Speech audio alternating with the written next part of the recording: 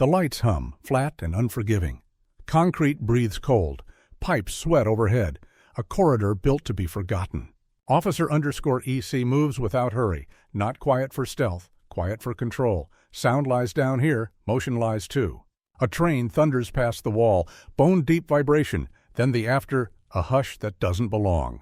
He stops, listens. Something thin leaks into the air. Not loud, not steady, wrong.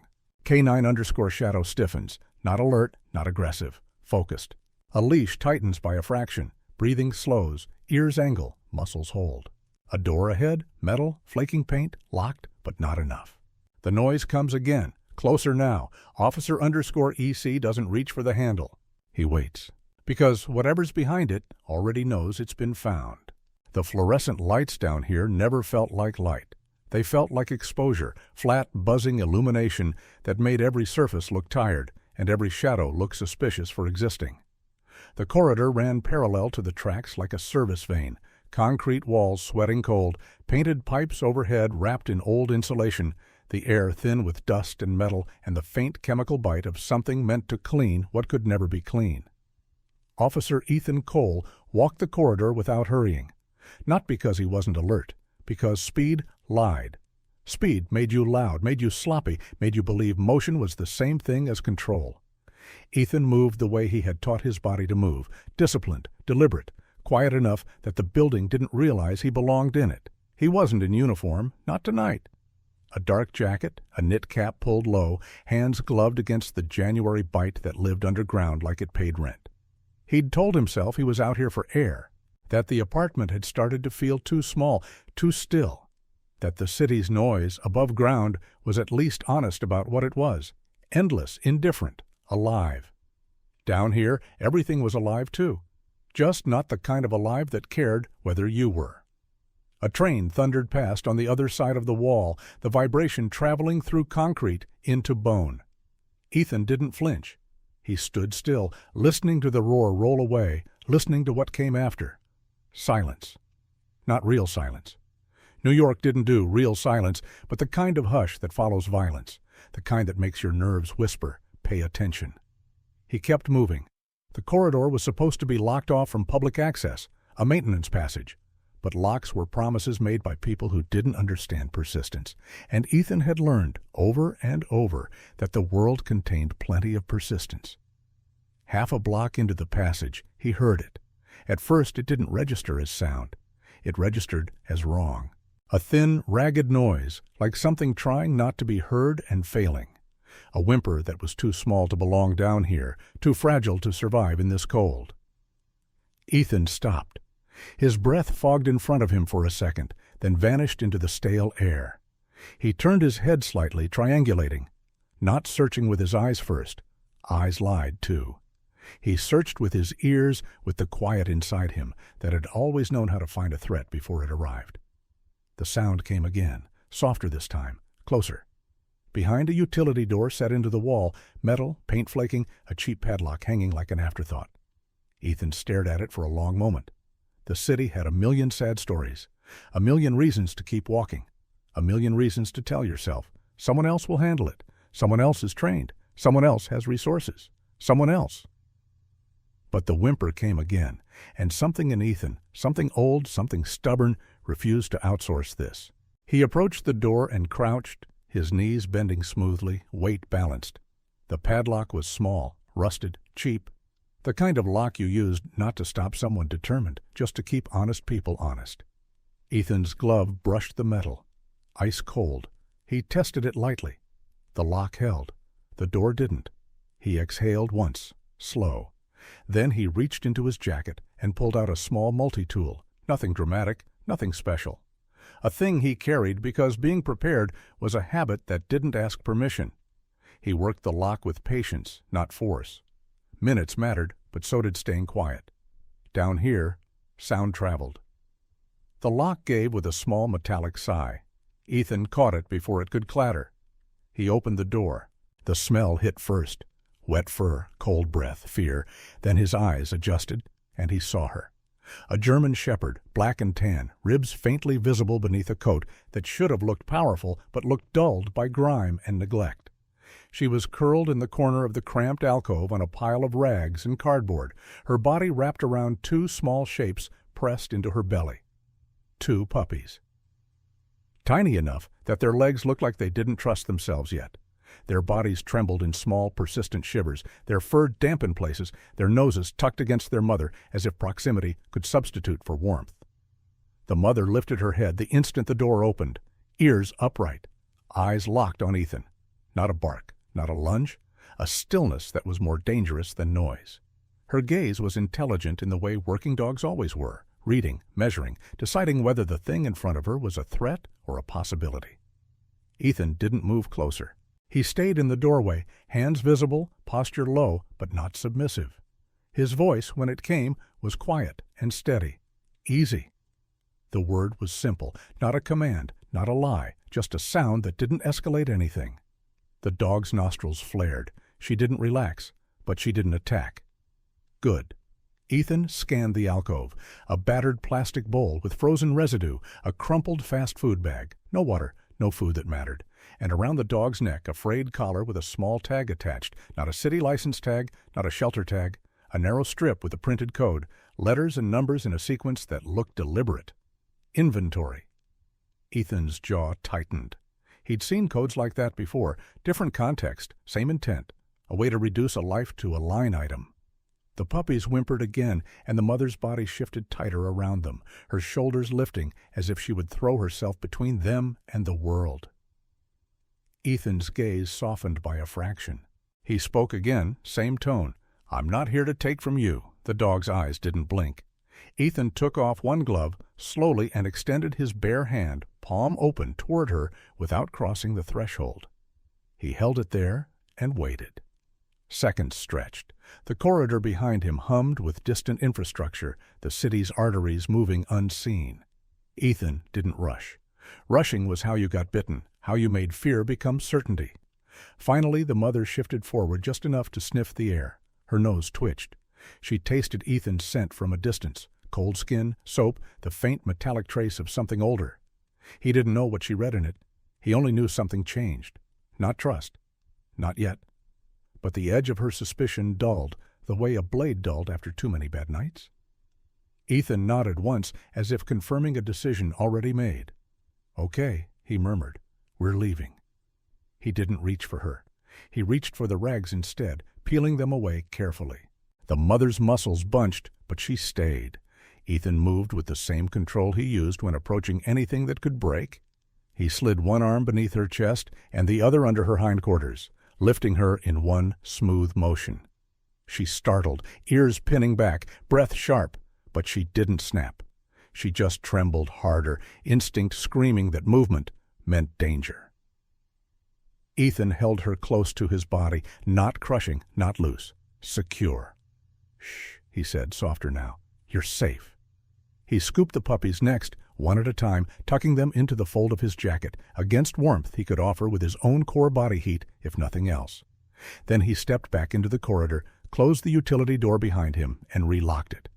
Not because he cared about the alcove, but because he cared about what came after. Evidence, time, delay. He moved through the passage like a shadow carrying 3 fragile lives. Above ground, the cold was sharper. The kind of cold that didn't just chill, it accused. It made you feel foolish for believing you could outrun it. Ethan emerged into street light and wind. Snow drifted sideways between buildings, catching in the glow of neon and traffic lamps. The city pressed on, people hunched in coats, heads down, focused on destinations and screens, and the illusion that if you didn't look at a problem, it couldn't look back. Ethan walked past them, holding the mother dog close. A few people glanced, some frowned. No one stopped. Fine. He didn't need an audience. His building was a few blocks away, old brick, narrow entry, the kind of place that carried generations in its stairwells. Ethan climbed the steps with measured care. The mother's heartbeat was a frantic drum against his ribs, the puppies' bodies twitching in small spasms of cold. Inside his apartment, the air was stale and too quiet. Ethan didn't waste time. He turned on the heater first, an old unit that complained before it complied. Then he laid down towels, a blanket, a flattened cardboard box near the warmth to create a den. He set the puppies down first. They squeaked softly, tiny claws scrabbling. The mother, still held, watched his hands with that same precise attention. Ethan lowered her carefully onto the blanket. She didn't run. She didn't explore. She immediately turned and curved around her pups like a wall, eyes never leaving Ethan's face. Ethan sat back on his heels, breathing evenly. In the dim light, he could see the pattern of her coat clearly now, the black saddle across her back, the tan bleeding through along her legs and chest. Her muzzle was dark, her eyes amber-brown with exhaustion. A notch in her left ear. A small detail, but a detail nonetheless. Proof she was an individual, not inventory. Ethan found a bowl, filled it with lukewarm water, and slid it toward her slowly. She sniffed it, then drank in small, controlled swallows, never fully lowering her guard. The puppies pressed closer to her belly. One of them, slightly larger, made a faint grunting sound, as if offended by the world. The smaller one shook harder, its body thin beneath the fur. Ethan's gaze flicked to the mother's teats, swollen, overworked. He recognized the pattern even without being a vet. He'd seen bodies used and discarded. He'd seen what systems did when they extracted value until there was nothing left. His hands curled briefly into fists. Then he opened them. Anger was fuel, but it had to be used, not spilled. He stood, moved to his small kitchen, and worked with what he had: rice, canned meat, a pot of water. He made a thin mash, cooled it, and brought it back. The mother watched the bowl like it might be a trick. Ethan didn't push it closer. He set it down and backed away. Minutes passed, then hunger made its own decision. The mother leaned forward and ate, slowly, neatly, not the frantic gulp of a dog who expected the food to vanish. When she finished, she nudged the bowl toward her pups with her nose. The larger pup crawled forward and began to lap, clumsy and determined. The smaller pup tried, failed, then tried again. Ethan watched, throat tight. For the first time in months, the silence in his apartment felt full instead of empty. Outside, the wind scraped along the window. Inside, something softened. Ethan crouched again, careful, and studied the collar. The code tag was still there. He didn't remove it yet. Evidence mattered, but he read it, letters and digits, memorizing the sequence as if it were a license plate. Then he spoke, voice low. "You need a name." The mother's ears twitched. Ethan didn't smile, not yet, but his tone warmed. "Shadow," he said. The word landed in the room like something meant to stay, a name that didn't promise comfort, a name that promised presence, quiet, constant, protective. The mother blinked once. Ethan glanced at the pups. He didn't name them, not yet. Naming was attachment, and attachment was a liability if someone came to take them back. But he could feel it happening anyway, the slow, inevitable shift. Shadow rested her head down for the first time, muzzle near Ethan's boot, close enough that if she moved, she'd touch him. Not trust, but acceptance of proximity. That night, Ethan didn't sleep much. He sat in the armchair, jacket still on, boots by the door, listening to the building's sounds. The city made noise even when it pretended it didn't. Pipes ticking, distant sirens, a neighbor's TV murmuring through thin walls. Ethan listened for anything that didn't belong. Shadow listened too. More than once, her head lifted and her ears angled toward the hallway. Each time, Ethan's body tightened, ready. Each time, it was only the building. For now. By morning, Shadow's posture changed, not relaxed, but less desperate. The pups stirred with more energy. The larger one tried to chew the edge of the blanket. The smaller one pressed into Ethan's shoe like it had decided the hard leather was safe. Ethan brewed coffee and stared at the steam as if it might explain something. He'd come home expecting peace. Instead, he'd found exile, the quiet kind that gnawed. Nights full of ghosts, mornings full of nothing. Now, in less than 24 hours, his apartment had become a shelter, a mission, a reason to keep moving. He looked down at Shadow. "We're going out," he said. Shadow's eyes sharpened. He didn't interpret her as a pet. He interpreted her as a survivor. Survivors understood intent. He wrapped the pups carefully, secured Shadow on a leash he found in a closet left by a previous tenant, and led them downstairs. In the lobby, the old doorman, half asleep in a chair, lifted his gaze and blinked. "Morning," he muttered, then paused when he saw the dog. His eyebrows rose. "That yours?" Ethan kept his answer simple. "For now." The doorman shrugged, too tired to question it. "Cold out." Yeah, Ethan said. He stepped into the street. Snow had piled in gray ridges along curbs. The air had that brittle clarity that made the city look like a photograph, sharp edges, hard light. At the corner, a small cafe opened its door and spilled warmth onto the sidewalk. The smell of coffee and bread hit Ethan like a memory of a life that included comfort. A woman stepped out holding a bundle of folded blankets, eyes scanning the street. She froze when she saw Ethan and the dogs.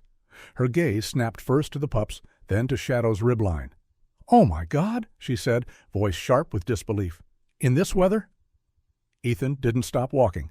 Not because he was rude, because stopping invited conversation, and conversation invited questions, and questions invited attention. But the woman moved quickly, intercepting him without blocking. She held the blankets up like an offering. "Take these," she said. "Please, for them." Ethan hesitated. The woman's eyes were kind, but not naive.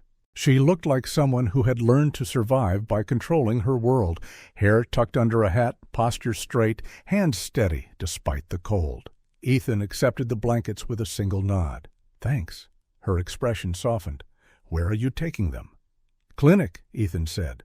"Good," she replied instantly, as if the answer mattered. "They need help. If you need more, food, towels, come back." Ethan didn't promise he would. Promises were heavy. He simply said, "Okay," and walked on. At the clinic, the warmth inside struck him immediately. Clean heat, bright light, the antiseptic smell of order. A receptionist started to speak, then stopped when she saw Shadow's condition and Ethan's face. Ethan didn't explain. He didn't decorate it. "Found them," he said. "Need a check." They moved fast after that. But the person Ethan ended up facing wasn't a receptionist. It was Dr. Lena Moore. She wasn't dressed like a TV doctor, no dramatic coat, no performative urgency, just competence, hair pulled back, eyes sharp, hands already gloved as she crouched down to Shadow's level. Shadow stiffened. Ethan's hand settled on her back, firm, calm. "Easy," he murmured. Shadow's ears flicked toward him. She didn't relax, but she stayed. Dr. Moore looked at Ethan briefly, reading him the way she read the dog. "How long have you had them?" "Since last night." "Where?" "Underground service corridor." Dr. Moore's jaw tightened. "People are unbelievable." Ethan didn't respond. He watched her hands instead, gentle pressure along ribs, a careful check of gums, the practiced motion of someone who had seen too many bodies used up by someone else's greed. "She's dehydrated," Dr. Moore said quietly. "Underweight, but strong. She's been cared for at some point, not recently." She checked the pups next. The larger one squirmed. The smaller one trembled with a weakness that looked like it had become a habit. 5 weeks, Dr. Moore judged. Small ones struggling but not past saving. Ethan's shoulders loosened by a fraction. "They'll make it?" "Yes," Dr. Moore said. Then her gaze shifted to Shadow's abdomen, and her expression changed, professional concern shading into something darker. Ethan caught it immediately. "What?" Dr. Moore didn't sugarcoat. "This isn't just neglect." She indicated the scarring near the collar line, the swollen glands, the pattern of wear. "She's been overbred," Dr. Moore said. "Used systematically." "That tag," she pointed at the coated strip, "that looks like inventory, not identification." Ethan's jaw clenched hard enough that his teeth ached. Dr. Moore kept going, voice low, precise. "I've seen this pattern tied to illegal breeding and trafficking. It's not random. Dogs cycle through certain areas. When they can't produce, they get dumped or hidden." Ethan stared at the tag as if it might catch fire. "Can you trace it?" he asked. Dr. Moore shook her head. "Not alone, but I can tell you this. If someone coded her, someone will notice she's missing." Ethan's hand stayed still, but inside him something cold and clean activated. "You're saying they'll come?" Dr. Moore didn't answer immediately. She met his eyes. "I'm saying, be careful." Ethan nodded once. He didn't argue. He didn't posture. He absorbed the warning like it was part of a briefing. Dr. Moore softened slightly. "I'll document everything. I'll file the report, and I'll help you with food and vaccines. But, Ethan said. Dr. Moore's voice dropped. "Don't try to be a hero." Ethan's expression didn't change. "I'm not." He looked down at Shadow. Shadow looked back at him with exhausted intelligence, and something else now. a fragile thread of reliance. Ethan's voice was quiet when he spoke. "I'm just not giving her back." Dr. Moore exhaled slowly. "Then you need support, law enforcement, someone who can coordinate. You have a precinct contact?" Ethan hesitated. "Then Captain Maria Hayes." Dr. Moore's eyebrows lifted slightly. "Recognition." "Good. Call her." Ethan nodded and began gathering the dogs. Shadow rose when he did, staying close as if proximity was the only thing keeping the floor stable. As he left the clinic, snow began again, thin flakes drifting down, the city pretending to be beautiful while it stayed cruel underneath. Ethan walked with Shadow and the pups, bundled tight. He didn't feel like a man doing a kind thing anymore. He felt like a man who had stepped into a fight the city wanted to keep quiet. And he knew, without drama, without prophecy, that the next move wouldn't be his. It would be theirs. Ethan didn't call Captain Maria Hayes from the sidewalk. Sidewalks were where conversations leaked, where faces drifted past and people pretended not to listen while they listened anyway. He waited until he was back inside his building, the lobby's stale warmth wrapping around him, the doorman dozing again with a newspaper half open on his lap. Ethan guided Shadow through the hallway without tugging the leash. He didn't need to. Shadow stayed tight to his left leg, like she'd decided that whatever he was safer than the world outside. Upstairs, he shut the door and locked it, deadbolt, chain, then the cheap little latch at the top that looked like it belonged on a child's bedroom. He didn't trust any single measure. He trusted layers. He set the pups down by the heater and watched them wobble toward the blanket as if their bodies were learning what warmth meant. Shadow circled once, slow, then lay down with a sigh that sounded like her bones remembering gravity. Ethan took his phone out and stood in the narrow kitchen, shoulders squared, eyes unfocused. Captain Maria Hayes answered on the second ring. "Cole?" Her voice was pragmatic, no greeting fluff, the tone of a woman who'd spent her career cutting through noise to the thing that mattered. "It's me," Ethan said. A beat of silence, just long enough for her to read the tension in his voice through the line. "What happened?" Ethan kept it clean. "Found a German Shepherd mother and 2 pups last night in a locked maintenance corridor. She's tagged, not a license, an inventory code. I took them to Dr. Lena Moore this morning." Another beat. "Lena says trafficking. Breeding ring, exploitation markers, the tag suggests ownership." Maria exhaled through her nose, controlled irritation. "Where are you now?" "Home, Brooklyn. Do you have evidence, photos, the tag? I can document it." "Do that," Maria said immediately, "and listen carefully. Don't broadcast this. Don't post on social. Don't put up flyers with your number. Rings like this don't care about optics until they have to." Ethan's gaze slid toward the window. Outside, the city moved like nothing was wrong. "I'm not trying to be a hero," he said. "I know," Maria replied. Her tone softened by a fraction, rare for her but real. "That's what worries me. You'll handle it quietly. Quiet is how people get hurt." Ethan didn't argue. Arguing would be pretending he wasn't already committed. Maria continued. "I'll alert a contact at the precinct and animal control liaison. We'll see if the code matches anything on record. In the meantime—" "Yeah," Ethan said, already bracing. "Assume someone will come looking," Maria said. "Not today, maybe not tomorrow. But if she was inventory, missing inventory triggers action." Ethan's jaw tightened. "What do I do?" "Secure the dogs, keep them inside. If you notice surveillance, vehicles repeating, strangers in the lobby, you call me. And you call 911 if anyone tries the door. Do not engage unless you have to." Ethan's voice stayed even. "Understood." Maria paused. "Ethan, you back in your head lately?" The question wasn't about dogs. It was about the way certain missions never ended. Ethan looked down at Shadow, her head lifted slightly, ears angled toward his voice. "I'm here," he said. Maria didn't push. She just said, "Good, keep it that way." The call ended. He crouched by Shadow and the pups, watching their breathing. The larger pup had begun to explore. Its nose bumped the baseboard, then the heater, then Ethan's shoe. The smaller pup stayed tucked close, shaking less, eyes half-lidded as if warmth was a dream it didn't want to wake from. Ethan's hand hovered above Shadow's neck, stopped short, then lowered. Shadow didn't flinch. That was new. Ethan slid his fingers under the collar gently and studied the tag again. Letters, numbers, a sequence that looked like it belonged on a crate, not a living throat. He photographed it from multiple angles, close-ups. One shot with his thumb beside it for scale, another showing the collar's wear. Then he photographed Shadow's ribs, the pup's condition, the room setup, documentation, not sentiment. He sent it all to Maria in a single thread with one line. Tag plus condition. Vet confirms exploitation. Almost immediately, Maria replied, "Got it. Keep your head on a swivel." Ethan stared at the message and felt the familiar shift, his world narrowing into situational awareness. He didn't like it, but he trusted it. Over the next day, the city tried to return to routine. People shoveled snow with the same tired anger they always had. Cars crawled through slush like irritated animals. The building's pipes clanked and sighed, complaining about the cold. Inside Ethan's apartment, a new rhythm settled. Shadow ate when offered, still cautious, still watching his hands as if they might change.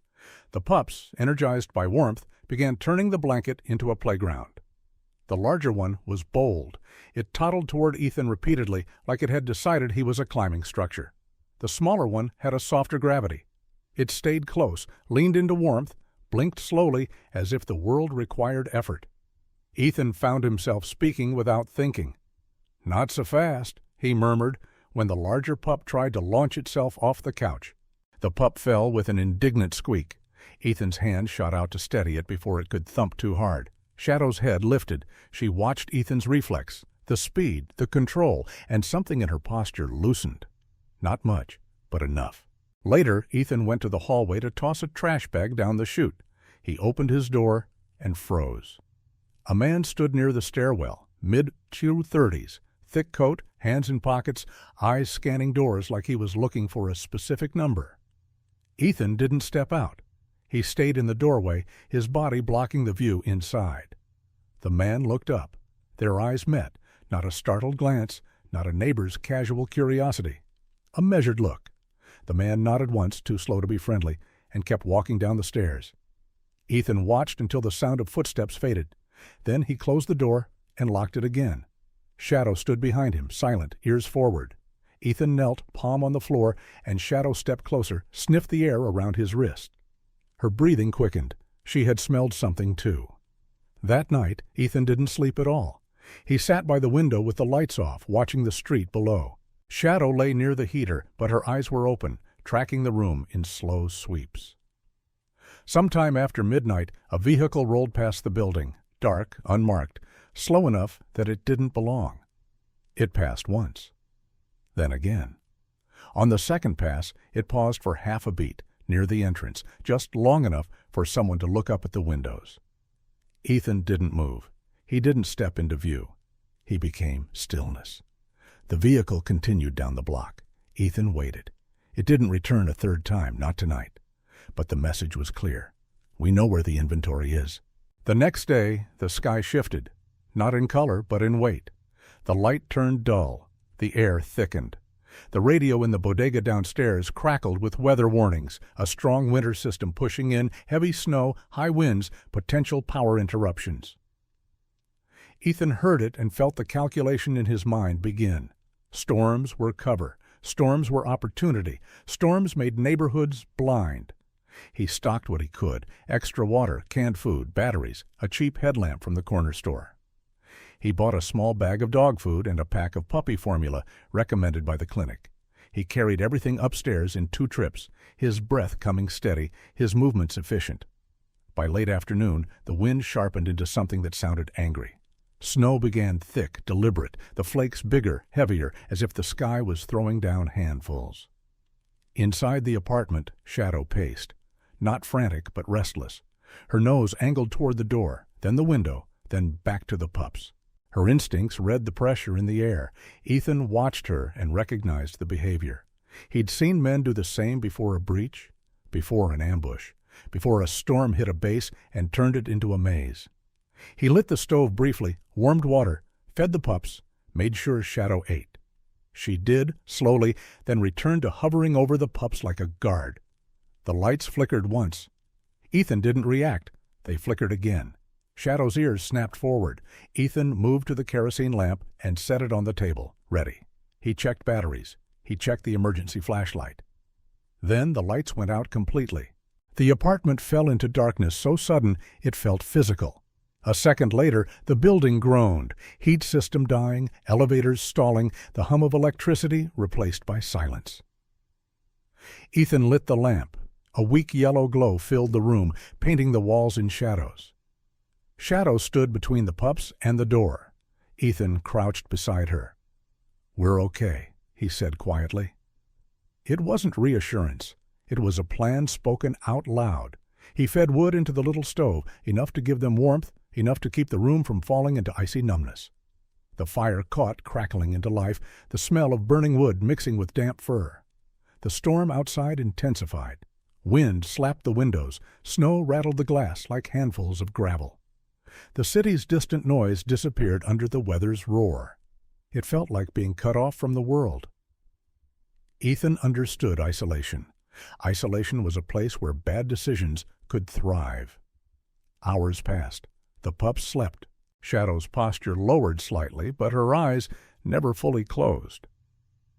Ethan sat on the floor by the stove, back against the wall, the lamp glowing on the table like a small, stubborn sun. For the first time in a long time, the stillness didn't immediately pull him into old memories.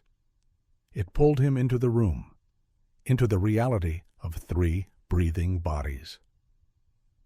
At some point, Shadow shifted closer to him, her side pressing against his thigh as if warmth was a resource worth sharing. Ethan's hand rested on her shoulder. Shadow didn't move away. A knock sounded at the door, 3 soft taps. Ethan's spine tightened instantly. His hand lifted from Shadow, his body already rising, balanced, quiet. Shadow stood too, her head low, ears forward. The taps came again, gentle, hesitant. Ethan moved to the door without turning on any overhead lights. There were none. He kept his breathing steady and listened. No shuffling, no whispering, just the quiet weight of someone standing there. He opened the door a few inches, chain still latched. Lantern light spilled into the gap. A face appeared, an older woman bundled in layers, cheeks flushed from cold, eyes bright with concern. Deputy Lucas Reed stood behind her, holding a flashlight angled down so it didn't blast Ethan's eyes. Lucas wasn't in full uniform. He looked like he'd been pulled from a warm place and forced into weather. "Cole," Lucas said, voice low, careful. "Captain Hayes asked me to check in." Ethan's shoulders loosened by a fraction. The elderly woman held up a small basket like proof of harmlessness. "I'm sorry," she said. "I'm Eleanor. I live 2 floors down. I saw your lights were out." Ethan blinked once, assessing. He knew Lucas, knew the energy beneath the rookie's attempt at calm, knew Maria wouldn't send him unless it mattered. Ethan unlatched the chain and opened the door. "Come in," he said. Eleanor stepped inside first, her lantern casting warm gold across the room. The instant she saw Shadow and the pups by the stove, her hand went to her chest. "Oh," she whispered. "Oh, sweetheart." Lucas stepped in behind her, scanning the room automatically, then relaxing when he saw nothing immediate. "You okay?" Lucas asked. Ethan nodded. "Power's out." "Whole block," Lucas said. "Captain wanted eyes on you. She said, you might have company." Eleanor set the basket on the counter and looked between the 2 men, confusion mixing with concern. "Company?" she repeated. Ethan didn't explain the full thing. Not to a civilian. Not yet. He simply said, "Someone might want the dogs back." Eleanor's eyes widened. "But that's—" She stopped, searching for the word that could carry enough disgust. "That's monstrous." Lucas cleared his throat. "We've had reports," he said. "Breeding ring, animal trafficking, usually stays under the radar." Eleanor's expression hardened, anger on an old face still capable of fight. "Not in this building," she said, as if saying it could make it true. Ethan almost smiled. Almost. Shadow approached Eleanor cautiously. Eleanor didn't reach out fast. She lowered herself slowly, knees creaking, and extended her fingers the way people did when they respected an animal's fear. Shadow sniffed her hand. Then, surprising even herself, Shadow licked Eleanor's knuckles. Eleanor's eyes filled instantly. "Thank you," she whispered, as if the gesture meant more than trust. as if it meant life. Ethan watched the exchange and felt something in his chest loosen. Lucas, for all his youth, noticed too. He didn't tease, he didn't joke, he just nodded like he'd filed it away as important. They shared food by lantern light, Eleanor's soup and bread, Lucas sipping from a thermos he'd brought, Ethan eating because the body required it, even when the mind tried to forget. Eleanor talked to fill the silence, not with shallow chatter, with lived warmth. She told them about a storm in the 70s that had trapped her and her husband in their apartment for days, about playing cards by candlelight and laughing to keep the fear from winning. She spoke like someone who understood that darkness only grew when people refused to make light. Lucas listened, his restless energy soothed by the rhythm of her voice. Ethan listened too, surprised by how much the words mattered.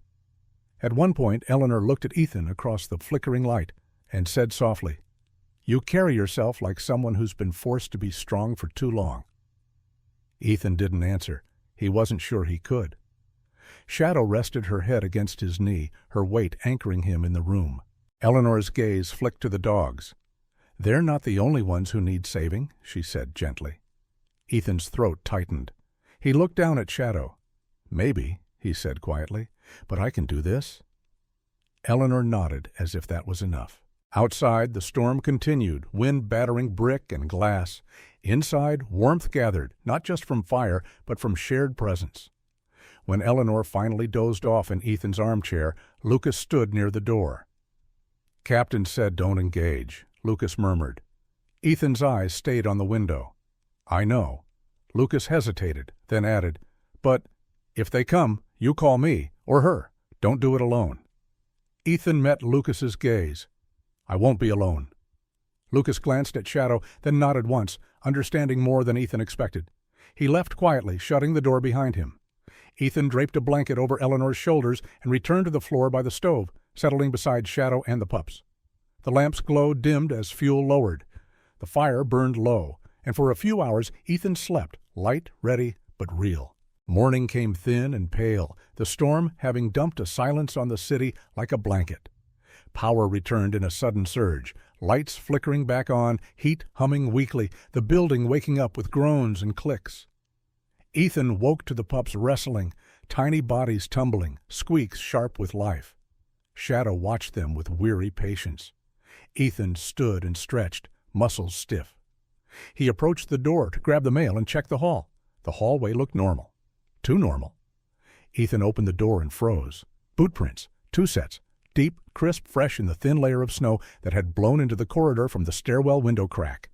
They led right up to his door, and stopped. None led away. Ethan crouched, studying them. Heavy tread, work boots, men who carried weight, men who stood still. Shadow appeared behind him, her breathing sharp, a low growl rumbling in her throat, soft, controlled, but absolute. Ethan stood slowly. His pulse didn't spike. It steadied. He closed the door, locked it, and drew the curtains halfway. Then he called Captain Maria Hayes. She answered immediately as if she'd been waiting. "Cole." "2 sets of boot prints outside my door," Ethan said. "Fresh, no exit trail." Maria's voice tightened. "You see anyone?" "No." "Okay," Maria said. "Listen, don't leave. Don't open the door for anyone you don't recognize. I'm sending Lucas back, and I'm notifying patrol to swing by." Ethan's gaze stayed on Shadow. "They're close." "Yes," Maria said. "And Ethan, if they come tonight, you call it in, and you hold them off only if you have to. Understood?" Ethan's voice was calm. "Understood." He ended the call and stood still in the middle of the room. The heater hummed. The pups played. Shadow watched him like she was waiting for instructions. Ethan knelt and rested his forehead briefly against Shadow's head. A quiet moment. A pact. Then he whispered, "No one's taking you." Outside, the city thawed into slush and routine. Inside, Ethan's world narrowed to angles, timing, and the fragile lives that had turned his apartment into a line in the sand. He knew what came next, not because he wanted it, because predators hated being interrupted, and they never forgave the person who made them feel small. The day dragged like a weight. Not in the normal way days dragged in winter, gray light, damp cold, commuters moving like they'd been carved from impatience. This drag was different. It had intention. It had edges. Ethan didn't leave the apartment. He didn't pace either. Pacing burned energy and gave anxiety something to perform.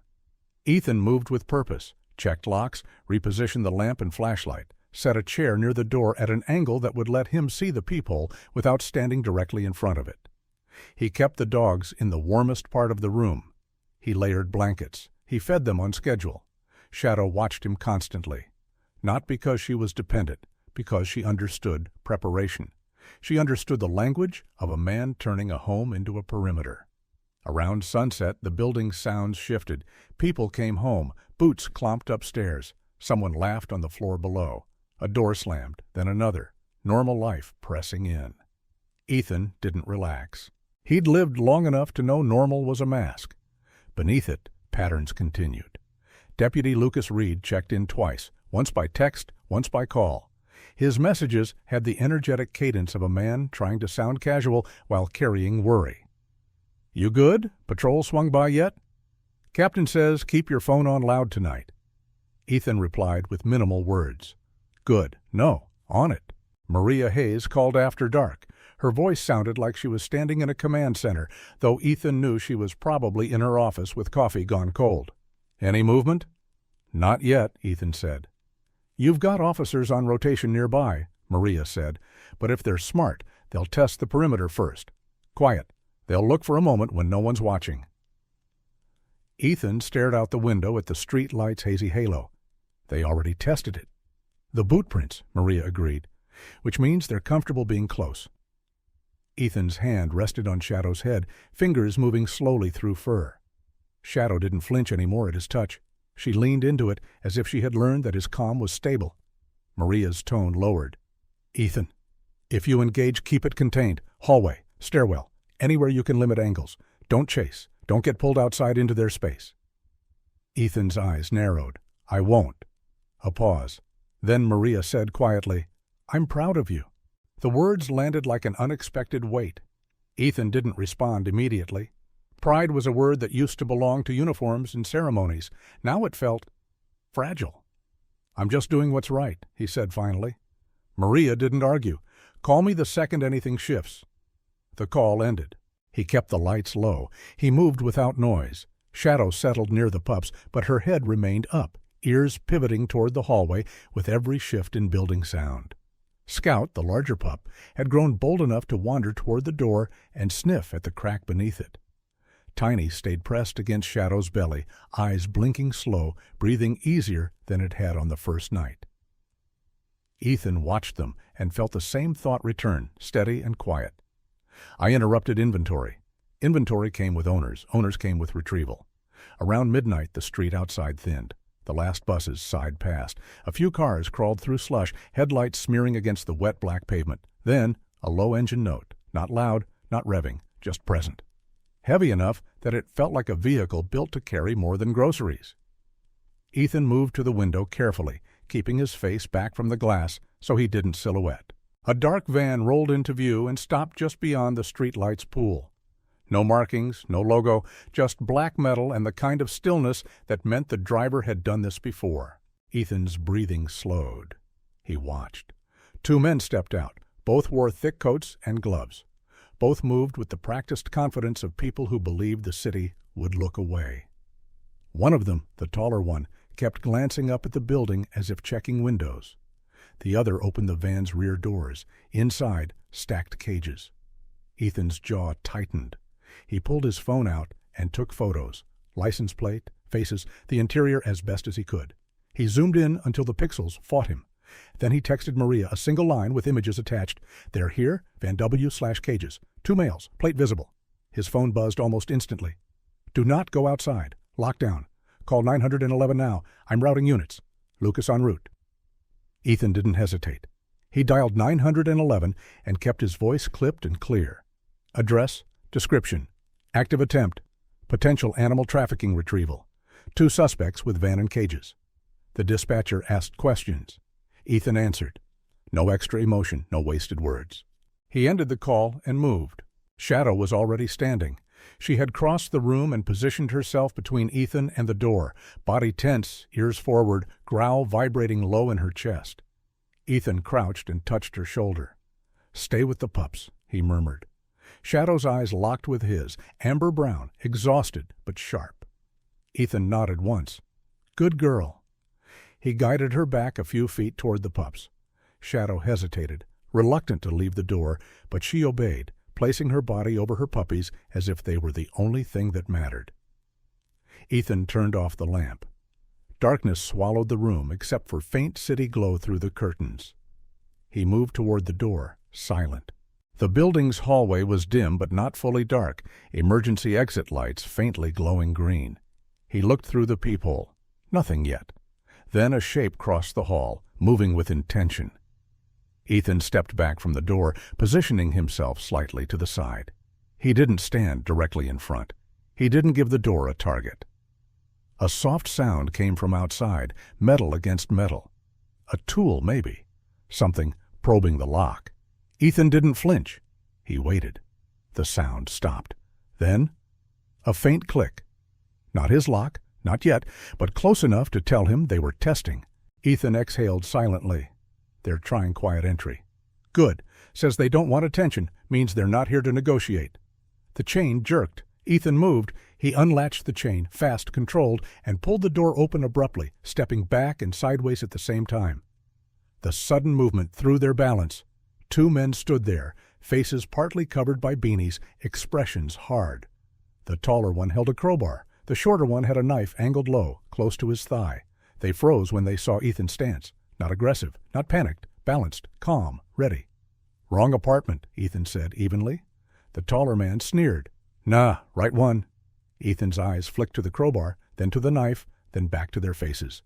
You're here for the dog, Ethan said. The shorter man's mouth twitched. Hand her over. Ethan didn't move. No. The taller man stepped forward, raising the crowbar slightly.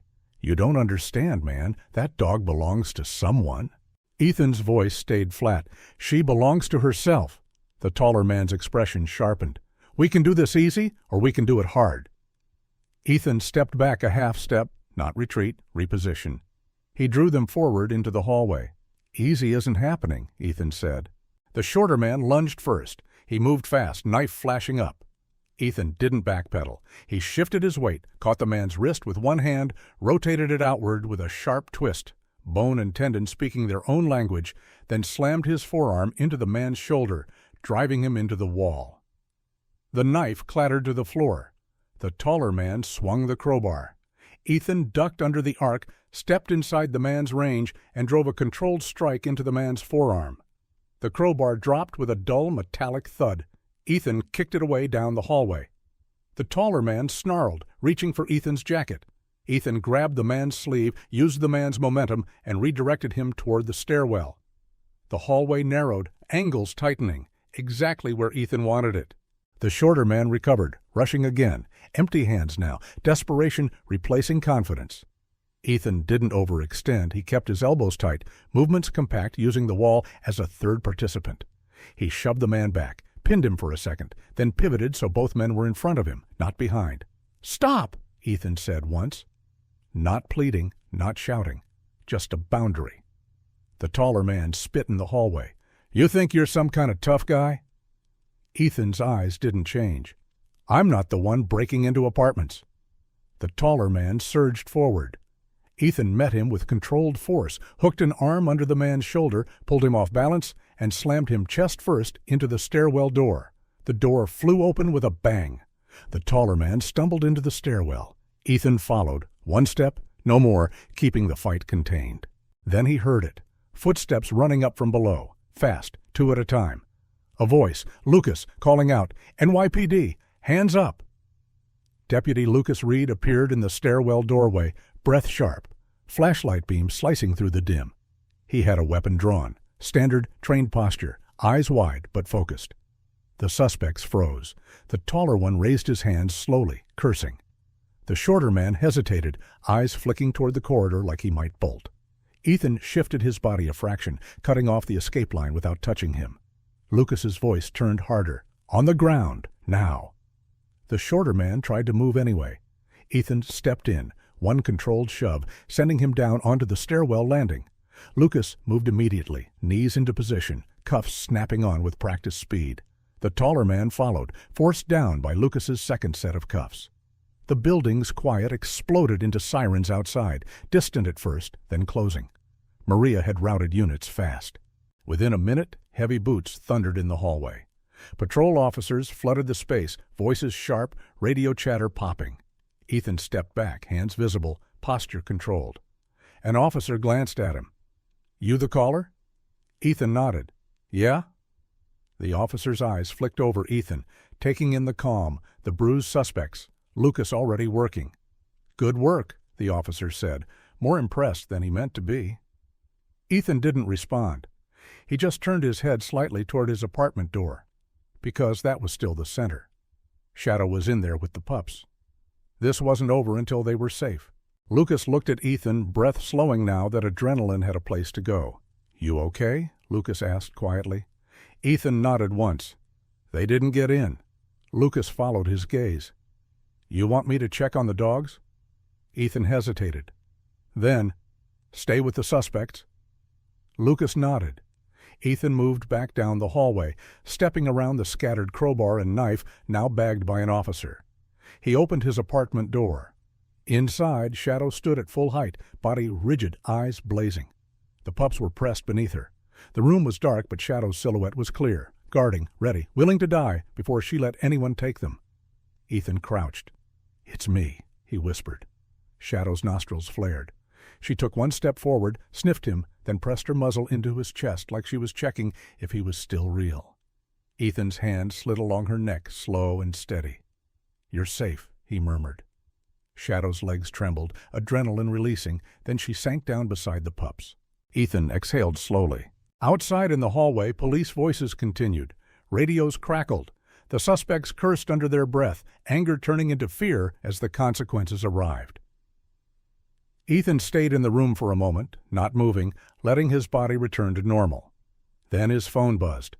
Captain Maria Hayes. He answered quietly. They came. "I know," Maria said. "Units are there. Lucas is there. You okay?" Ethan looked at Shadow, then the pups. "I'm okay," he said. "They're okay." Maria's exhale sounded like relief and anger mixed together. "Good. Stay inside. Don't talk to anyone until it's secured." Ethan nodded, even though she couldn't see.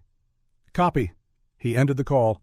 He sat on the floor by the pups, his back against the wall, Shadow's body pressed against his leg. For a long moment he listened.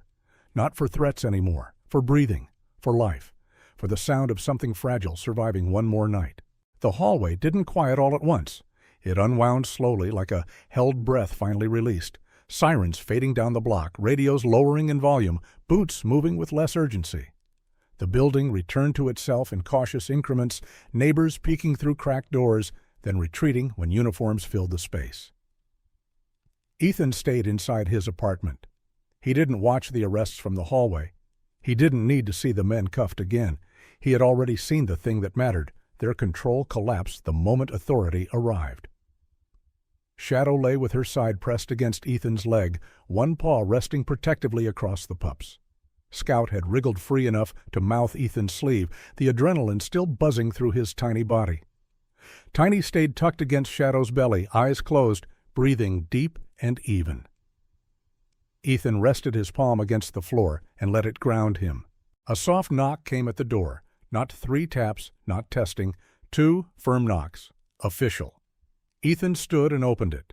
Captain Maria Hayes stood in the hallway, coat still on, hair pulled back tight, eyes sharp but relieved.